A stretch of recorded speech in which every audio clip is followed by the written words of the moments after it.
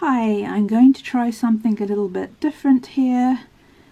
I'm actually doing this off my computer screen because it's the only way I can do it.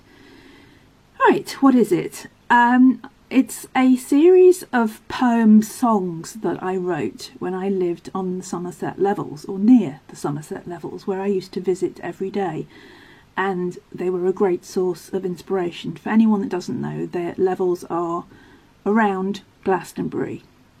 And I used to go right out onto the levels and come back with these songs, which was rather marvellous. And I felt as if they were coming, at the time I felt as if they were coming from the Fae, the fairy beings that were hidden, that used to be more present but are now hidden in the land itself, and they were communicating with me through these. Now that might just seem like a load of whimsy to you. Fair enough, it doesn't matter, but this is what came through.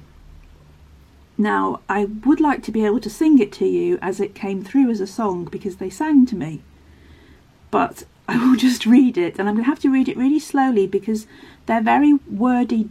Your tongue trips over this very easily, so I'm going to have to do it quite slowly and rhythmically, and I'm bound to make mistakes, but let's give it a go on this first one, which is called The Isle of Sighs. Okay, here we go. Drowsy and towzled the myths come a-creeping, like damp into old bones their secrets are seeping. Wistful is their melody, and longing their song, and their cold hands are reaching from where you belong. White-eyed and tongue-tied their legends are stirring, evergreen and withy-lithe their lost souls are yearning. Drifting is their memory, and stolen their song, in the heart of the land to the back of beyond. Awash in rumours, knee-deep in reflections, murmuring hair frames their waxy complexions, lilting is their melody, and soaring their song, and the rushes guard ghosts with their reed spears so strong. Fisher King gives a sigh, grey heron adores it, brown buzzard hunts it, black crow ignores it, melting into memory but stored in bird song, and their dreams like bright webs between hawthorn are strung. Clover-breathed and honey-tongued the sylvan are ashen, brittle-boned and hollow-thighed and all but forgotten. Wavering is their melody, but endless their song, and they keen like the wind from the edge of beyond. And they keen like the wind from the edge of beyond. Let's try another one.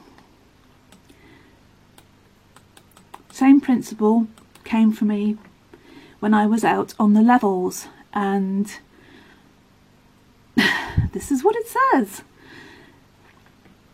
Whispering voices come to me, silvered like leaves on the willow tree, wafting down the lanes in my memory. We are calling down the stars.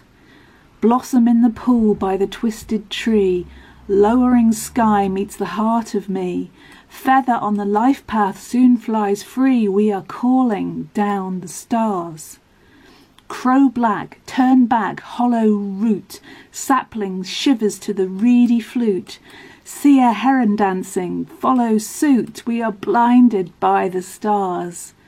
Lost road, double back, winding track, beak of the heron spears a glistening back. Tie up your doubts in a Hessian sack and drown them in the stars. Swan feather falls, but the swan flies on. Buttercup catches the setting sun. Shadow follows silver, now the dream's begun, and the night's alive with stars. Night's revealed in its spirit mantle. Seed head pops with a death-dry rattle. Heron weeps alone like a tallow candle and goes swimming in the stars. Wing beats time to the ghost owl's drum. Foxes bark as their night blood hums, wild as the darkness that we become, older yet and wiser far. Oh, this is your home where the heron stands, casting an eye over flat floodlands. Drink it down, hold it in your hands. Oh no. We are wilder than the stars. I'm going to read that bit again. Oh, this is your home where the heron stands, casting an eye over flat floodlands. Drink it down, hold it in your hands. We are wilder than the stars. Long lost, sugar spun, woe begone. We are the time that was once upon. We are all that has ever shone, and we find ourselves like stars. Sorry about the mistake there. Hope it didn't spoil it. Right, it's called Sedgemoor Song. I don't know whether anybody that's listening to this knows about the Somerset levels, but they're full of things called reens, which are drainage ditches. It sounds very unromantic, but that's what they are. When they drained the levels to get the water to go back, because it was once all underwater, as you know, all around Glastonbury Tor was covered in water. So the levels are completely flat and have drainage ditches all along them, and they're lined with reeds and these amazing crack willow trees, and it's an extraordinary landscape. A lot of people might find it rather bland because it is so flat, but there are so many creatures there. It can take you somewhere else, and it did take me somewhere else, which is why I came back with these fully formed. I don't think they came from me. I think they came from the levels themselves, from these places. So anyway, Sedgemoor Song. Let's try this and hope we don't make any mistakes. Take 1,000 lashes from the silver-tongued grasses. Make 1,000,000 wishes on their bittersweet caresses. Reen time tangles you in missel-thistle kisses. Wallow in a mallow-mire marshmallow riddle. Rock you in a cradle made of bent crack willow, white mouths open as the milky fishes swallow.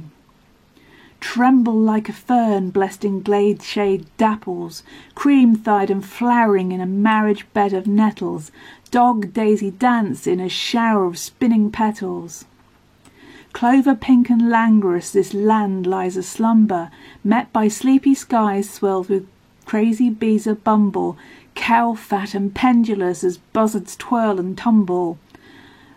Blossom foams and froths over swaying lilac ocean, heron cloaked in sighs takes the skies in fluid motion, with an ancient cry secrets fly forever broken. We are lapped and we are stroked, wild and butter-lipped, reedy thrust and icy gust by hedge fire we are gripped, adder whipped and briar scarred 1,000 bones lie stripped. Widow's weeds are warbling in mysteries of mists, mad iris eyes are smiling at the joke the rushes hissed. Dip and dart, then come apart as if we don't exist. Right. I think this was written somewhere close to Pan Hill, which was one of the few parts of the levels that was actually sticking out, besides Glastonbury Tor, that's obvious, but this was an unusually shaped hill with a tree that grew out of the side of it, not vertically but horizontally. It was a very strange place. Or maybe I just imagined that because I was in some sort of otherworldly reverie. Who knows? Anyway, this is called The Belonging because I very much felt as if I did. I stood on a hallowed hill with a hollow heart that echoes still with the murmurs of our magic and the stirrings of the air. Somewhere. I swayed to the land's lament, saw its lambent glow, beat its heavy scent, with the swirling of my senses and the drifting of the leaves. I grieve. I stood on the higher ground, heard the long-lost cry of a time that's drowned and unbidden by the hidden and the rising of the tide. I hide. I dream of the glistening strand with a heart that melts into silvered land and enchanted by their promise that I'll never have to leave. I weave. I rise on the buzzard's wings with a mournful cry and a soul that sings of the sparkles in the sunlight and the scent of bitter loam. My home. Right, as you can see, I don't know whether this is the last one. This is called Silver for the Fae of Avalon. And I think it was imagining actually having a meeting and maybe a sort of romantic entanglement with one of the Fae in some betwixt and between realm, which seems possible when you're there. It really does. Anyway, I'm going to try and read this as best I can. Silver. And his hair fell down, and he waved his long arms, smoothing languorous hexes and shaping pretty charms, and he fell down there into my waiting arms, that lovely lissom lad I longed to know. Yes, his hair fell down, and lambent-limbed he swayed, and his hair of gossamer tangled all my days, and the stars fell down in a shimmering haze around that lissom lad I longed to know. Oh, the stars fell down, and one by one they crowned him, and my love rose up in a rosy wave that drowned him, and he stretched those arms and broke my ties that bound him, and that winsome willowy boy away did go. For the balefire of his kiss I'll search through years of snow. Oh, the balefire of his kiss, his pale torso, and with my hazel wand divine the way he goes, that lovely lissom lad that I love so. And my dreams cry out, with a withy withe he bent me, and in a hand-stitched bag I'll keep the spark he sent me. Oh, I wonder where my love did go, the stripling sapling boy I used to know. Ah, right. Again, this was still written in the same place. I don't think there's many more, so don't worry. I wish I could sing these to you because they all have song tunes, but I just can't do it. That would be too much. Anyway, this is about my favourite time of year, on the levels.